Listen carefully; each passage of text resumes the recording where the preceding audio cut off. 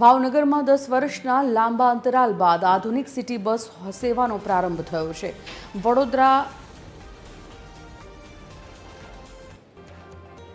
વડાપ્રધાન નરેન્દ્ર મોદીની વર્ચ્યુઅલ ઉપસ્થિતિ અને નાયબ મુખ્યમંત્રી હર્ષ સંઘવી, કેબિનેટ મંત્રી જીતુ વાઘાણી સહિતના આગેવાનોના હસ્તે 50 ઇલેક્ટ્રિક બસોને લીલી ઝંડી બતાવીને પ્રસ્થાન કરાવ્યું હતું।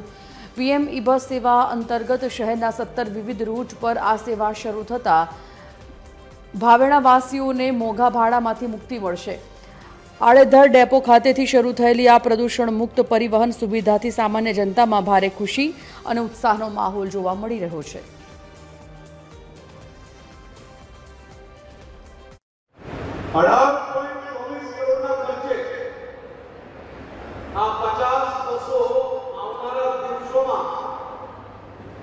ભાવનગરના હજારો નાગરિકોને સેવા પૂરી પાડવાની આ માત્ર બસો નથી, આવનારા દિવસોમાં ભાવનગરની આ લાઇફલાઇન બનવા જઈ રહી છે।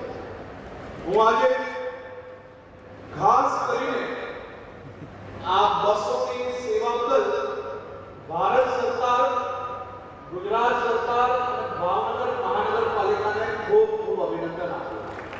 સમગ્ર ગુજરાતની અંદર આ પહેલું ભાવનગર એવું શહેર છે કે ભાવનગર શહેરને સમગ્ર ગુજરાતની અંદર 50 બસો એ આપણને પહેલા સૌથી પહેલા ભાવનગરને મળી છે। ભાવનગરની ટીમે અત્યાધુનિક ડેપો, એની માટે ચાર્જિંગ વ્યવસ્થા, આમ અનેક સગવડ સાથે એણે કેન્દ્ર સરકારની અંદર એમના પેરામીટર પૂરા કર્યા છે। ત્યારે ભાવનગરની મેયર તથા સમગ્ર ટીમને હું ખૂબ ખૂબ હૃદયથી અભિનંદન આપું છું। અહીંયા બસ સેવા બંધ જ્યારે ચર્ચાઓ થતી શરૂ થાય તો હારી, પણ જે થાય ને એ કદાચ વટગાળાનો કે તકલીફનો પીરિયડ હશે, પણ આવી પીએમ ઈ બસ એસી એ કદાચ ભાવનગરના ભાગ્યમાં ન મળે જો વડાપ્રધાન